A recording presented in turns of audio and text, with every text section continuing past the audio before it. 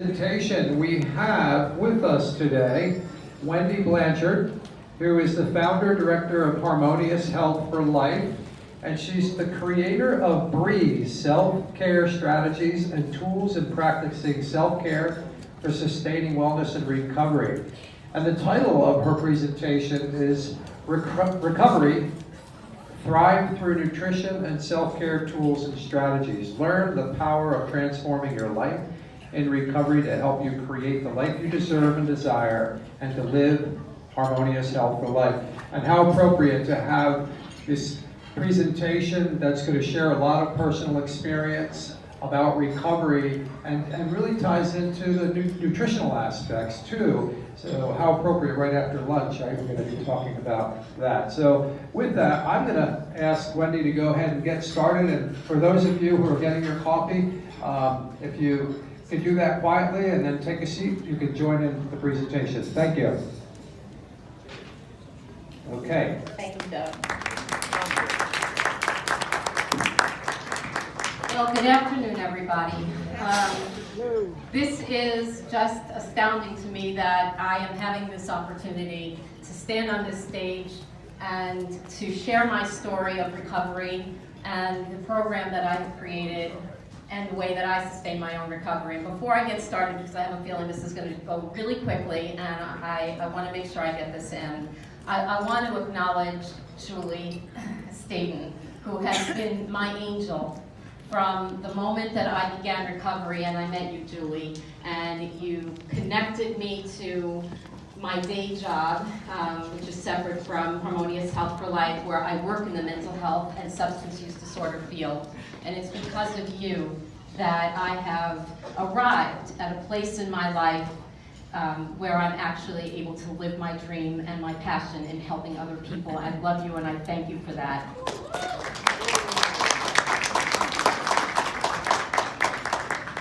And thank you to Doug also, because this is, as I said to you in private, I really appreciate you affording me this opportunity to help other people in such a big way. Thank you. And thank you all for being here. The biggest thank you, and I'm not going to point him out because I don't want to embarrass him, but my son is here today. And you're going to hear in my story why this is such an honor and a privilege to have my oldest child sitting in this audience. I love you, Matthew, and I'm so grateful that you took the time to be here with me and to be at this event, which is so meaningful to me. So you have heard, and also let me say this, following Stephanie Campbell is not an easy task. So I'm glad that we had a little break and you had some lunch, and now I'm going to give my presentation. She's a really hard act to follow. So I am Wendy Blanchard, and I own Harmonious Health for Life. A little bit of my background is that I work in the mental health field right now and in substance use disorder, and I work with patients and clients every single day.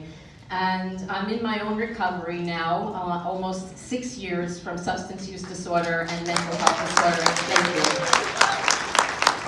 Thank you. And during that time, during these past 6 years, and I'm going to talk about that now, I have sustained my recovery successfully through natural and organic solutions in a holistic lifestyle. So let's get started. So you've heard the saying in the recovery community, sober is sexy, and you have heard recovery rocks. And now I've got a new slogan, and in recovery we always like to have choices, so there are two. Wellness is a breeze. Wellness is a breeze, and wellness is the way to recovery. BREEZE is an acronym that I created. It stands for breathe, relax, eat, exercise, socialize, and sleep. And these are the compartments or the components of my program that I practice every single day. Now here's my message, and you're going to hear this over and over again in this presentation. Self-care are the tools, the actions that we take to achieve our goal of wellness. And here it is. Wellness is our power in recovery. Wellness is our power in recovery. When we are well, we are feeling well, we are doing things to take care of ourselves, we stand in our power, and that's what it takes to sustain recovery successfully. Wellness is multidimensional, and it treats the whole person. When I work with clients and patients, I work with them treating the whole person. It's not about just removing the toxic substances that we eat or the negative thoughts that we think or not exercising. It's about adding in healthy practices daily in our lives and practicing those with commitment. It's not just about the absence of illness, it's adding in healthy daily living practices.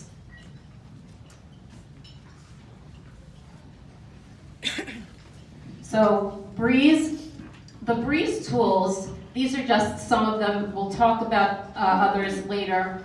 The Breeze tools, they feed the body, they feed the mind, and we know that when we offer and promote wellness in our body and our mind, we have a healthy spirit. And it's that healthy spirit and that multidimensional facet of being in wellness that helps one to sustain their recovery successfully.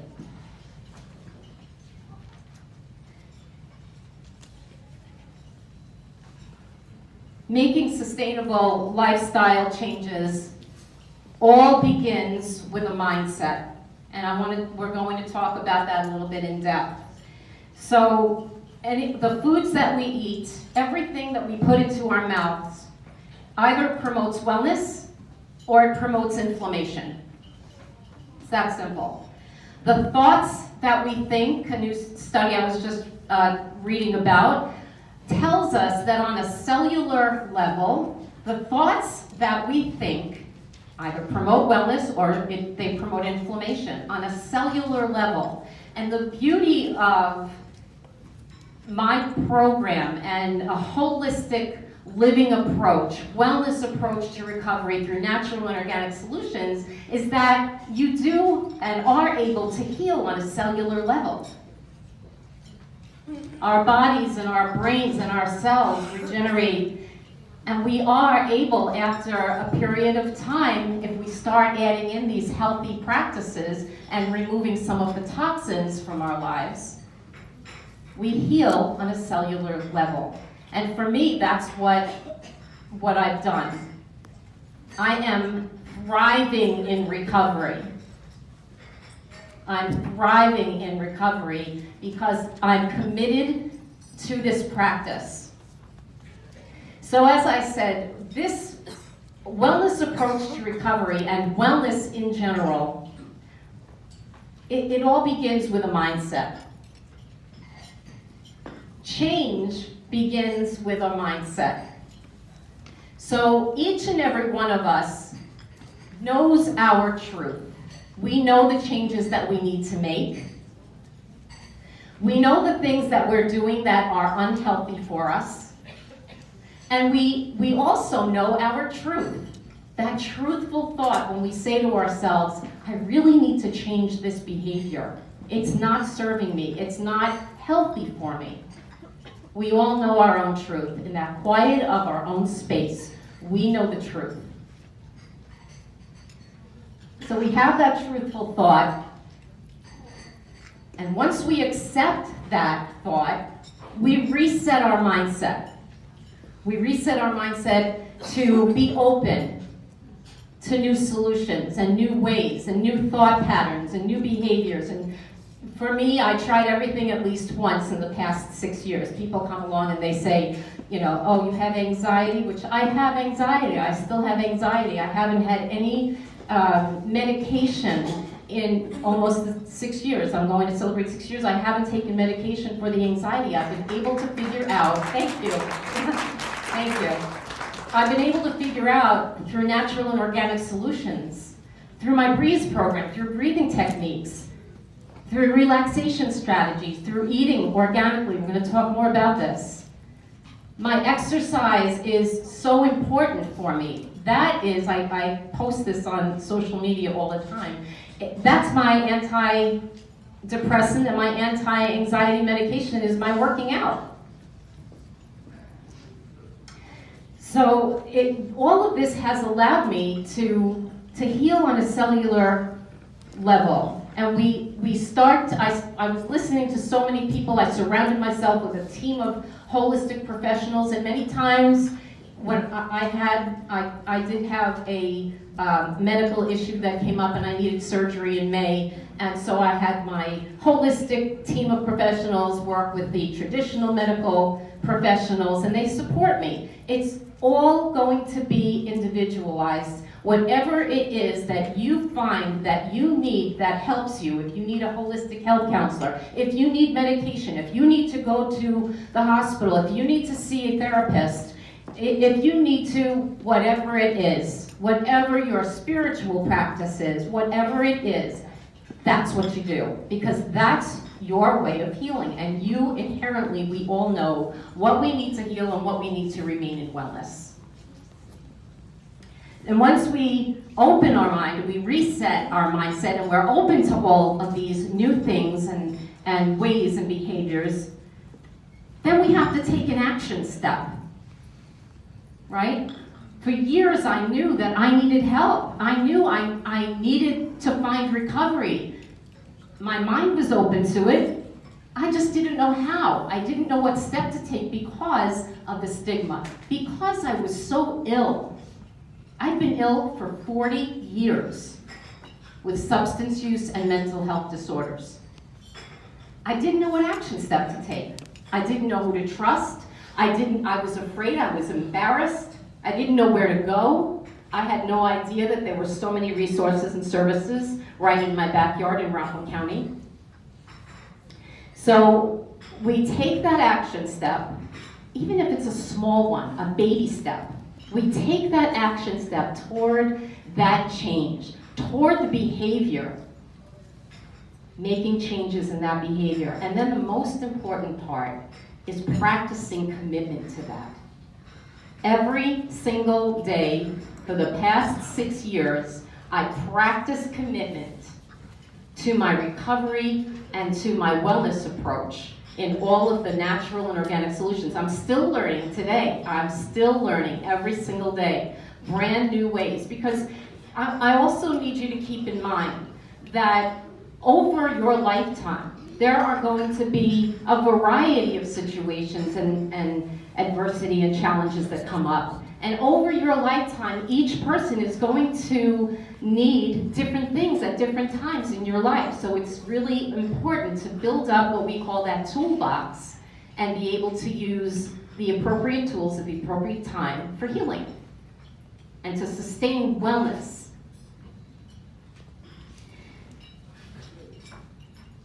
And then you transform your life.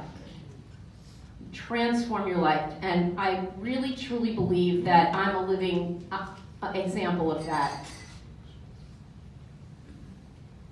When you transform your life and you find recovery and you feel well every day, and trust me folks, I have anxiety and I have my own challenges in life. But I know on a scale of 1 to 10, because I practice these every day and it's become second nature, I know how to get in there on a scale of 1 to 10 and a 2 or a 3 and de-escalate and restore my wellness rather than getting up here to a 9 or a 10 where I've got a crisis. So I say to the clients that I work with, when they come to me, they tell me what it is that they want to change, the changes that they know inherently that they need and want to make to sustain a recovery. So I teach them about the 21-90 rule.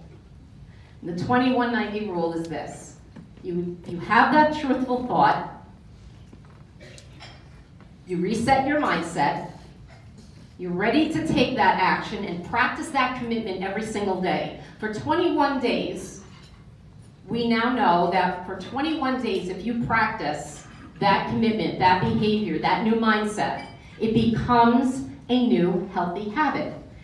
And then at the end of those 21 days, if you're feeling really well and you say, wow, this was it was work, but I'm really feeling well and I want to continue on this way, I encourage them to continue on for 90 days because we know that at the end of those 90 days, 3 months, we've now created a new lifestyle.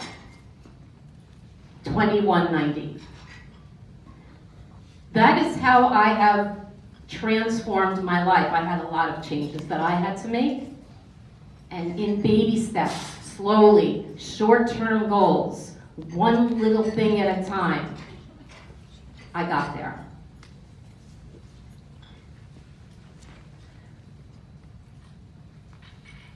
When we allow, and this is from my personal journey, I have found this to be so true, and I live by this every day. When we allow our intuition to speak to us, when we connect to our truth, when we connect to our truth, we reconnect to our own inspiration, which becomes our guide. And our willingness to live our truth and breathe our truth and speak our truth is the greatest catalyst for change.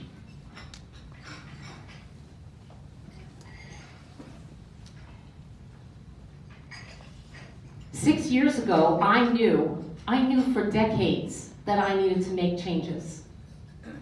I didn't know how to get started. My family and friends were watching me. They unfortunately did not know how to help me. I was in denial. I was very ill. And and I'm going to tell you how this all unfolded, but once that happened for me, once I realized, I had a moment of clarity that I needed to make these changes so that I could live, I was able to pick up the phone, my action step, on April 3rd, 2013, and I called for help to save my life. I'm going to tell you about that.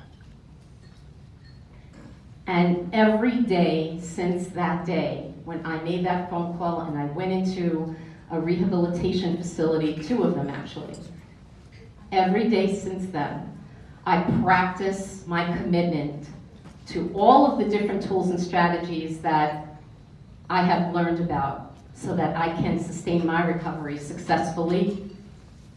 And most importantly, to leave a legacy for my children.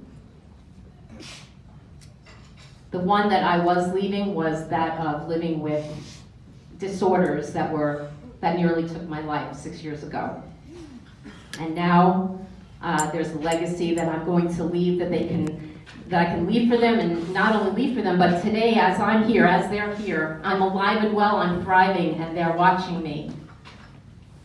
And it's helping them as well. I wanted to share this little story with you because you will love this. They say, you've heard the saying that what we focus our energy on expands, right? And so we're at a wellness conference. We're going to focus on wellness and expand our wellness today. Here's how this works. When you really put out into the universe what it is that you believe in positivity and taking care of yourself. I was sitting in this room, thanks to Julie had asked me to be a table facilitator in the first year of my recovery. So I think it was in 2014. And I'd been in recovery probably less than a year. And I was sitting here as a table facilitator and as a participant, and I listened to the stories up on this stage. I was so inspired by the stories I was hearing of recovery, stories of hope. And as I sat there and listened, that I'd already begun my journey in holistic healing, and I had lots and lots of information and tools, and I was living it every single day. And I remember saying to myself and out loud to the universe when I got outside, I'm going to be up on that stage one day, and I'm going to tell my story of recovery through wellness. That was the truthful thought. I reset my mindset at that moment. I opened myself up to new thought patterns, new possibilities, new behaviors. I started to get asked to speak at smaller, what we'll call gigs, and I took every one of them, no matter how small, because I always say every single day when in my meditation in the morning, which comes from A Course in Miracles, but I always say, please show me how you would use me today. Show me what to say, where to go, who to see, and what to say and to whom to help another person. So I took every job that I was asked, doing trainings and speaking engagements, and I practiced that commitment. Those were my actions, and then I practiced that commitment every day until my friend Julie called me earlier this year, and she said, we'd like you to present your program. And I said, great. We had a conversation. Julie and I are friends, and we had a conversation, and as we were getting ready to hang up, Julie said to me, hey Wendy, listen, if you know of anybody that, for a keynote speaker, let me know. And I said, hey, how about me? So, what you focus your energy on expands. If you focus your energy on wellness, body, mind, and spirit, that's what you expand. And it really does work that way.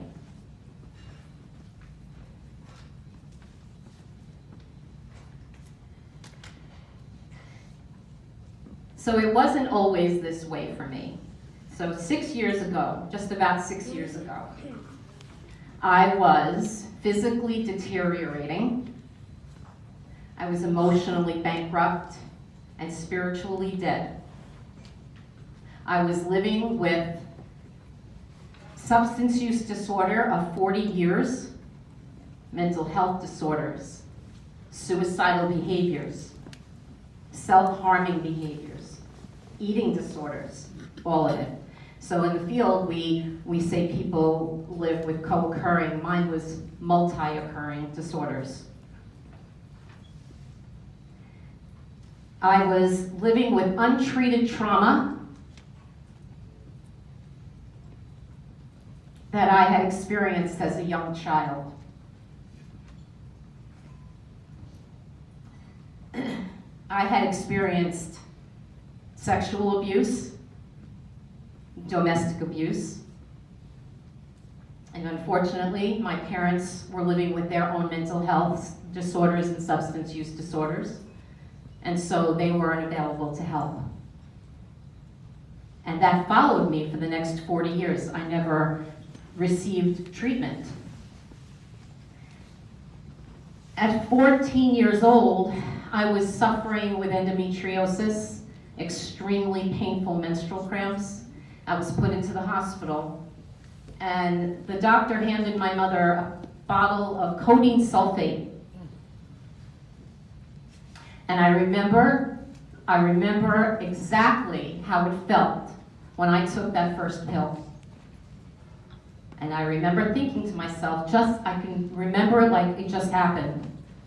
Oh, this is going to be exactly what I need for the physical pain and for the ongoing trauma.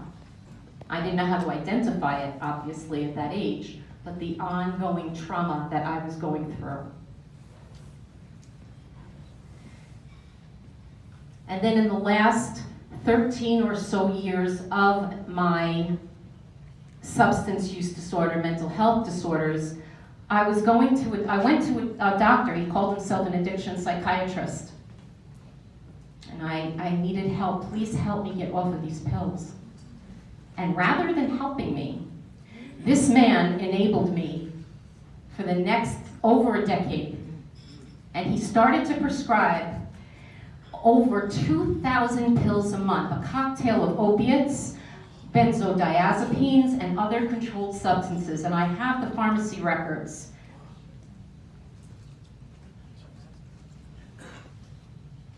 And I'm happy to report to you that as of September 2018, that man is no longer licensed to practice medicine.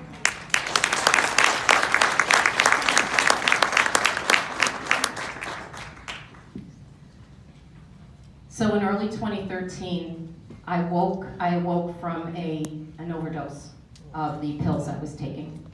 I was going through a divorce, my children were all grown, and so I was alone in the house. I had overdosed before, not to this magnitude. I'd overdosed for hours. I would go into the kitchen. I was so high off of the pills, I would pour myself or make myself a bowl of ice cream, and I would wake up the next morning with my head and my hair in the ice cream or in a bowl of soup. When I awakened from the overdose, I was all by myself except for my dog, who was all I had left in the world, and my relationship to God, spirit, angels, the universe. And that poor little guy who was my baby, he was everything to me. He'd been pooping and peeing in the dining room, and he had no food for 2 days that I was out. And as I laid there and I started to really sober up more and more and more, that truthful thought came back and it hit me. I need help.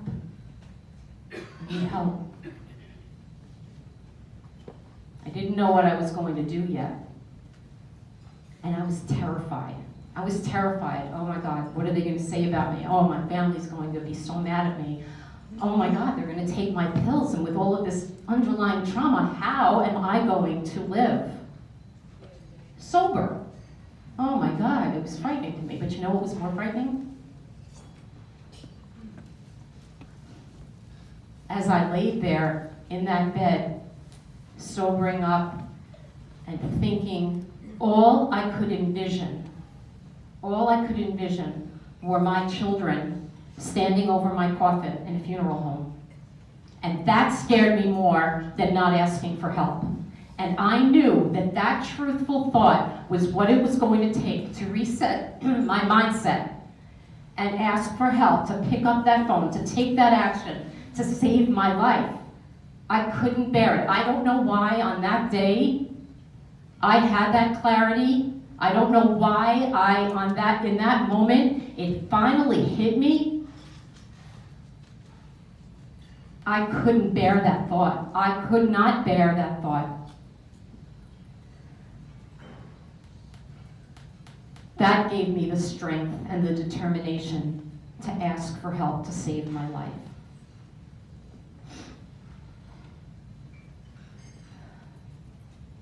So I've always been spiritual, even though I was so ill. I was suffering in all the realms of my health. And I'm very musical, and I love to sing, and I used to play instruments. My son follows in my footsteps. And I always felt connected to whatever it is that you believe in. I believe that I'm guided divinely every single day by angels and the universe and spirit and God. And I always felt connected through music, and I would pray and I would ask for signs through music, and I always got them, and still to this day I always get them. And so I remember when after I think it was about 4 or 5 days later, when I finally got up enough nerve and I had more clarity. I was getting ready for bed, and I got down on my knees, and I remember saying, "Dear God, please just show me the way out of this. Just show me the way, and I will follow any path you put before me and help other people. Please just show me what to do." I had the mindset, I was open, I just didn't know what action to take or where to go. And I finished my prayer, and I sat down on the bed, and I turned on my iPod, and the first song that played immediately after that meditation was "Jesus, Take the Wheel." This coming from a girl who was born Jewish.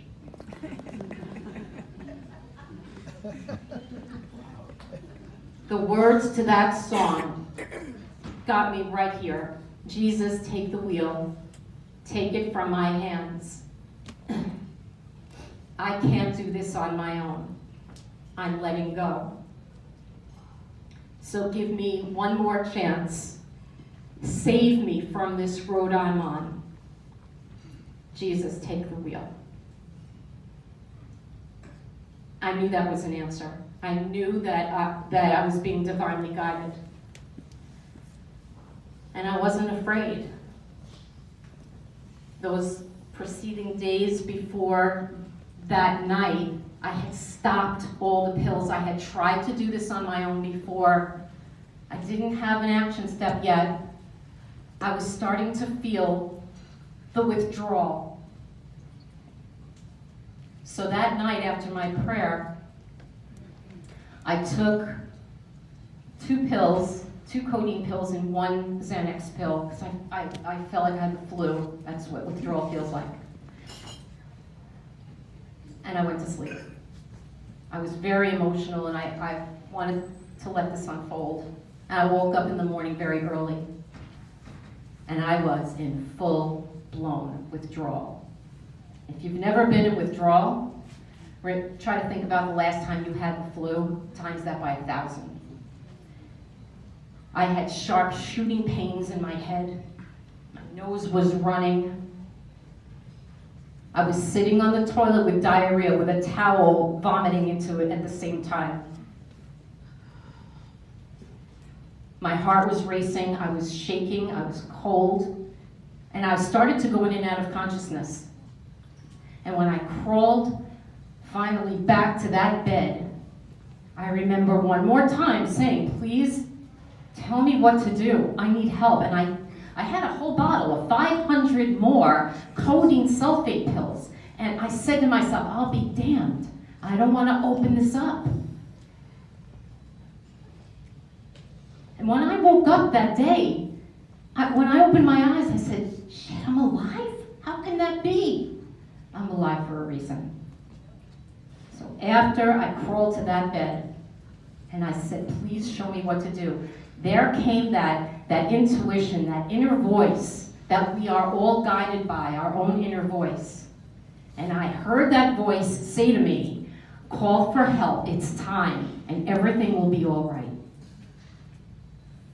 And I've been listening to that voice ever since. And on April 3rd, 2019, I will celebrate 6 years of recovery, thriving in recovery.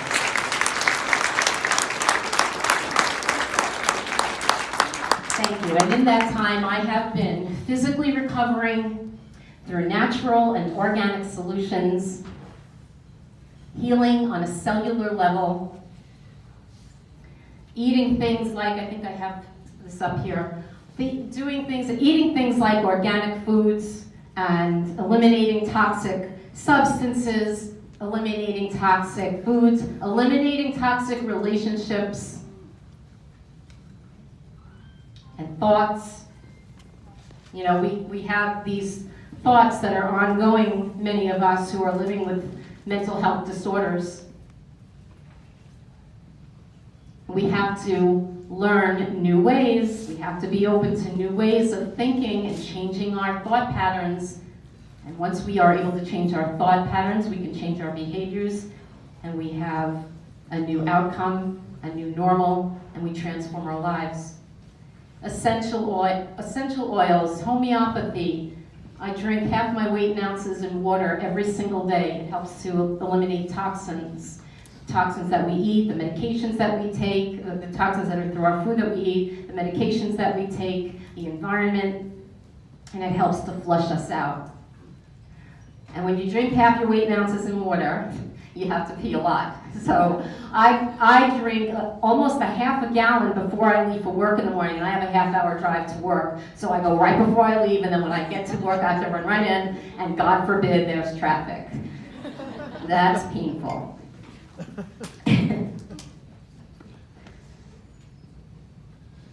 My exercise is what sustains me. My spiritual practice is at the crux of my recovery. I meditate and pray every single morning, and in the evening. And during the day, many days, I have to use my breathing strategies and relaxation techniques. Take a few minutes, like I did before I started speaking today. Talk therapy, writing, music, all of these things I know for me are healing. and provide me with wellness. And for each of you, that will look different. And it will look different for you over your lifetime. It'll change. But I have all of these tools and more to choose from. So if one doesn't work, I go to another.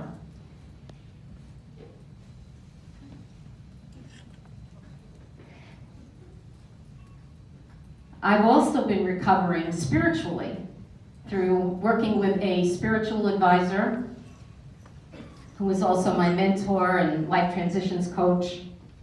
Some of you know her, Sheila Pearl. I have a holistic health coach of my own, Lisa D'Alessandro, who got me started and got me excited about being a practitioner in holistic healing and helped me in my recovery. I study and follow many spiritual, transformational, motivational teachers and speakers, and I study A Course in Miracles, which teaches us that, which is a metaphysical text, which teaches us that a miracle is a shift in perception. And that's really what I'm talking about here. It's opening ourselves up to new thoughts, new ways of living that are healthy, that provide wellness, that promote wellness in what we eat, in what we think, and in the way that we live. And when you can practice commitment to that, that's when the miracle of recovery occurs. I mapped out a wellness plan for myself. I went back to school, by the way. I'm a retired teacher and professor, and I went back to school and I got my certification in holistic health counseling. So I was able to map out a plan for myself, and I stick to that plan, and I modify it as I get older and as I need to make changes. I modify that plan to my lifestyle and to my health and wellness goals and needs. When I work with a client, I take into consideration the whole person. It's a holistic healing. Their health and wellness goals, their medical history, their family history, their metabolism, their blood type, their body composition. There's so many things to take into consideration.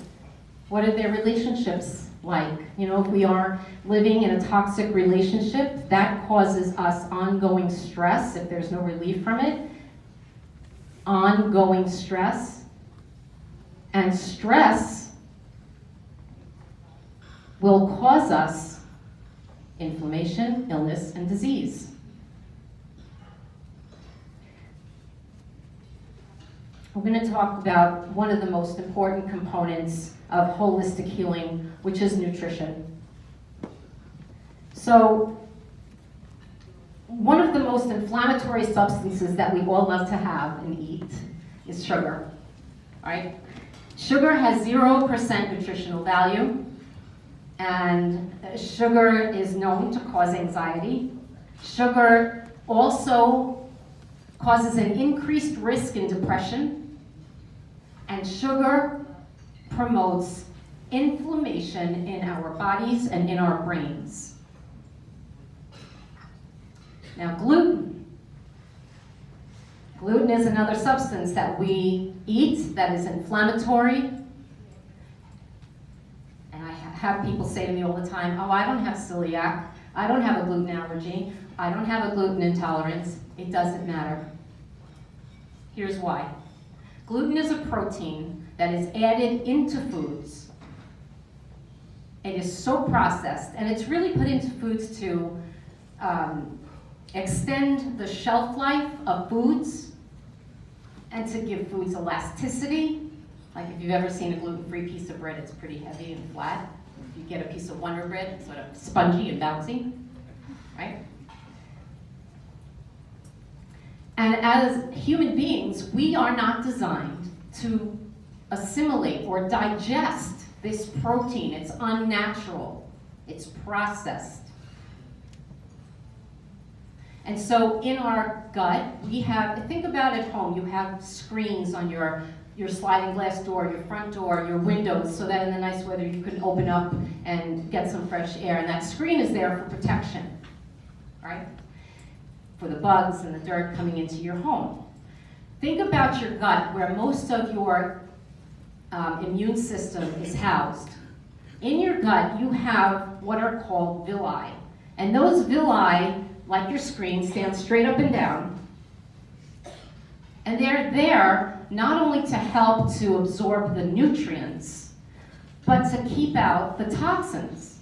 But because we're not designed to digest that gluten, over time, it starts to break down, flatten, and finally destroy those villi, and now everything's getting in.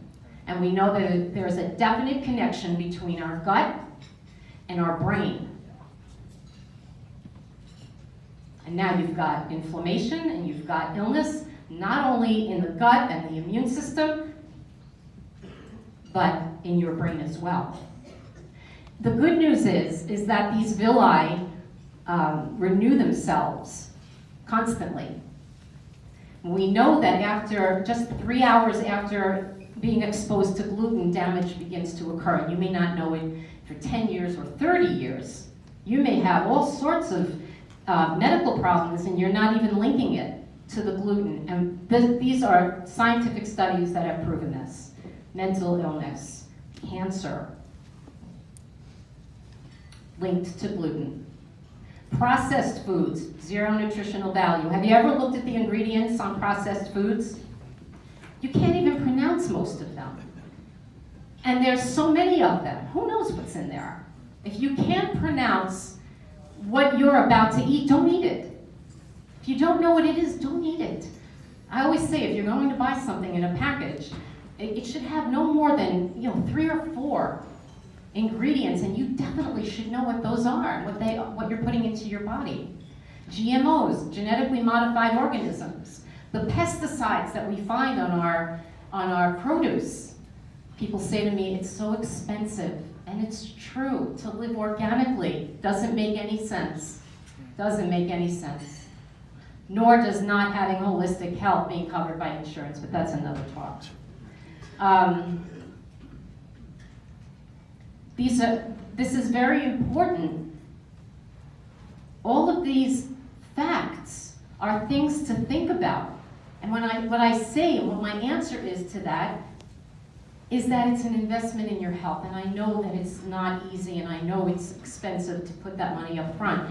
But think about the doctor bills and the blood tests and the lab fees and the medications, over the counter and regular prescriptions later on that's going to be needed to treat these diseases. I know because I have a history of inflammatory bowel and irritable bowel, yeast growing, candida, because of not eating well most of my life.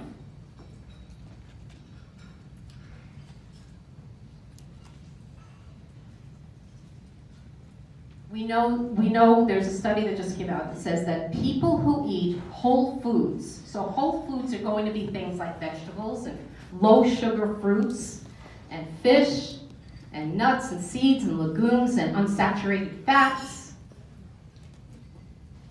healthy fats like coconut oil, avocado.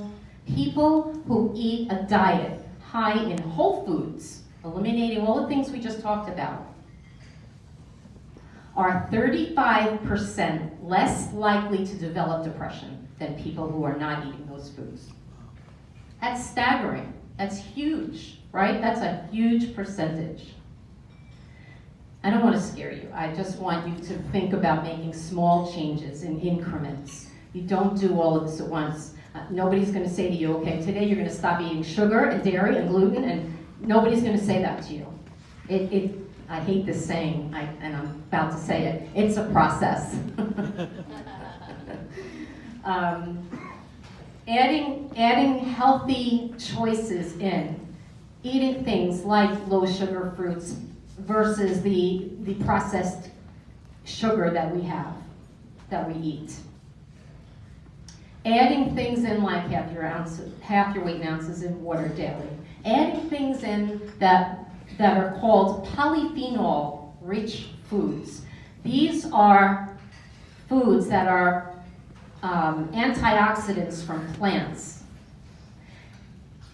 And they not only, these specific foods not only enhance your overall health, but they aid in reducing a blood sugar spike after meals when you're eating these foods every few hours. So things like flaxseed, dark chocolate, we all love dark chocolate,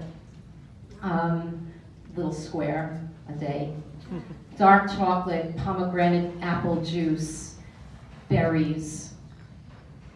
The list is extensive.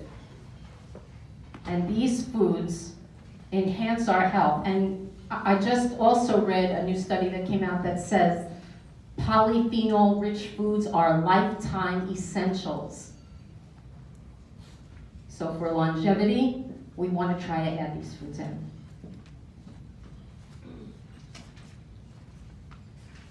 I want to talk about your gut-brain connection a little bit now. By the way, there are lots of other foods. Healing foods like turmeric, apple cider vinegar, ginger. These are all fresh spices. Cinnamon. I use all of these things, a wide variety of these things. And unfortunately, I just don't have the time today to go over everything. But trust me when I tell you there are hundreds of choices in a wellness approach to recovery. And thinking about the gut-brain axis, the gut is your second brain. The gut communicates with your brain and vice versa. And by the way, I want to just mention that green tea is also a polyphenol-rich food, and it has theanine in it, which stimulates GABA, the happy hormone. So those foods, look into those, Google them. They're really important to keep into our diets.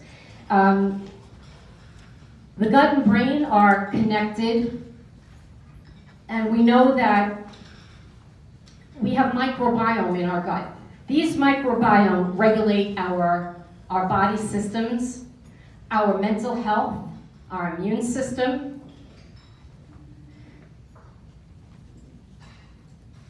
And the way that we partner with these microbes, if we promote wellness and we're doing healthy things, then we are in a state of good health. We optimize our health. And if we're not living in wellness and we're not having healthy practices, we will destroy these microbes that regulate all of these things and create chronic disease. Dr. Mark Hyman, who is a world-renowned functional medicine physician and medical doctor, he put out a statement the other day, and the statement says that microbiome is the next frontier in medicine. Understanding it and optimizing it are going to be critical in solving many of our healthcare issues.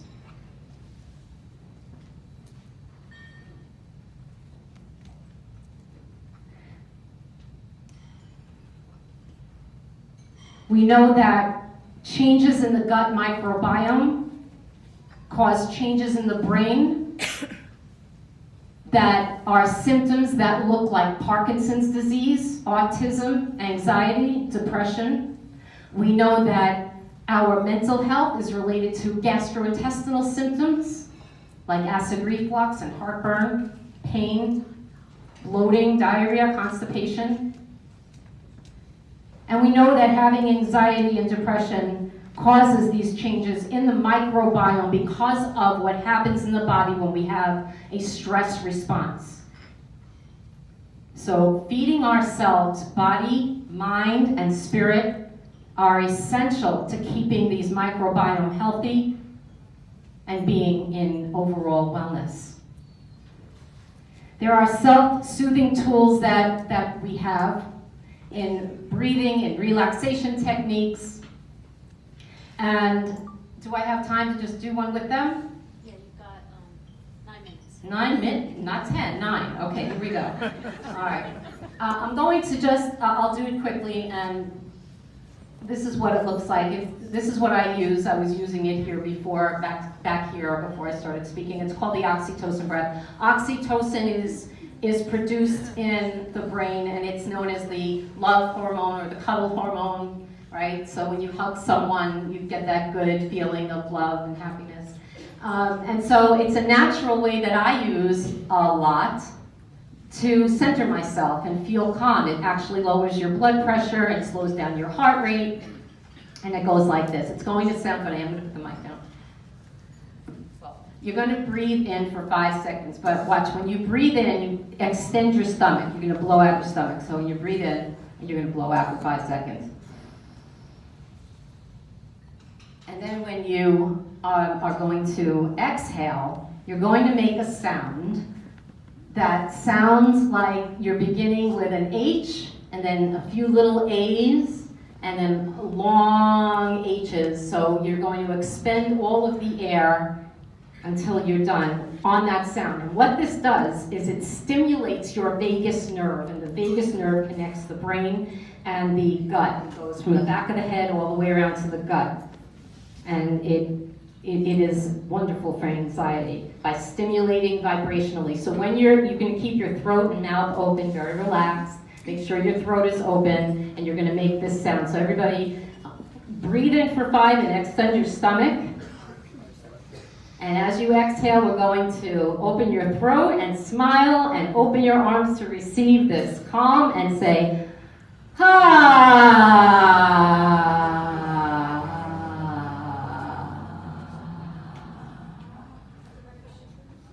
And you can keep doing that over and over. I feel a little dizzy. It really works. It's proved to work wonders in calming anxiety. So now I have probably about 8 minutes left, so I'm going to wrap this up. Listen, holistic healing is cumulative, and it takes time, and it takes patience, and it takes diligence and determination, and most of all, discipline. Discipline. I don't listen to it is going a cacophony of noises around me, or people are saying and thinking and doing. It doesn't faze me, because I am focused on my recovery and on my wellness. One day at a time, one moment at a time, I'm reprogramming my body and my mind and my spirit on a cellular level. And I'm thriving in recovery. I am living proof that this does work. This is, I said to my friend Kathleen yesterday, an untapped pathway to recovery. And by the way, while I'm on that subject, I love my friends at the Rockland Council of Alcoholism and Other Drug Dependence in Rockland County, because these folks have supported, loved, guided me my entire recovery. And Kathleen, in and of itself, Kathleen is an inspiration to so many of us. And Karen Schwartz as well.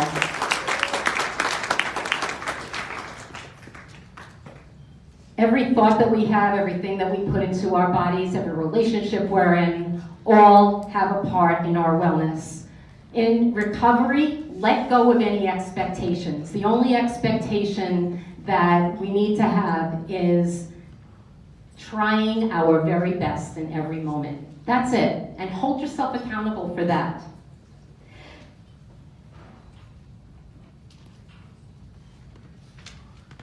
Stand deeply in your faith. My faith brings me through every single day. Stand deeply in your faith, whatever that means for you. It could mean worshiping the trees and nature outside, whatever that means for you. And accept that recovery is going to have its ups and downs, but when you have the tools and the strategies to sustain your recovery successfully at your disposal, you know what to do to remain in wellness. And maybe you're on the spectrum, you're going to start to feel unwell. That's okay, because you will know that you have the tools to bring yourself back to balance and wellness. I said this earlier, and I'll end with this. 2 things. When we allow our intuition to speak through us, and we live our truth, breathe our truth, speak our truth, eat our truth every single day, and we reconnect to our own inspiration, which becomes our guide, our willingness to be open and our willingness to live our truth is our greatest catalyst for change. And when you're open to change, you can reset your mindset, you can transform your life, and you can experience the miracle of recovery and you'll know that wellness is a breeze. Thank you. Wow.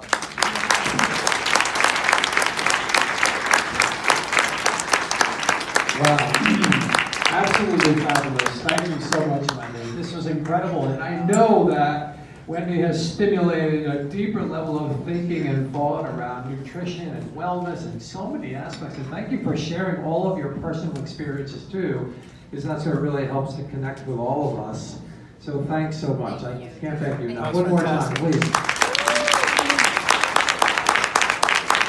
Oh, okay. So we're going to be setting up the table. So we do have time for maybe 2 questions, maybe 3. Does anybody have any questions that they'd like to ask? Brian? No, I'm sorry. Oh, okay. Anybody? Question? Questions for Wendy? Okay, I have my contact information up here if you want to contact me for further information. And that's it. Thank you, Doug. Great. Thank you so much. Thank you.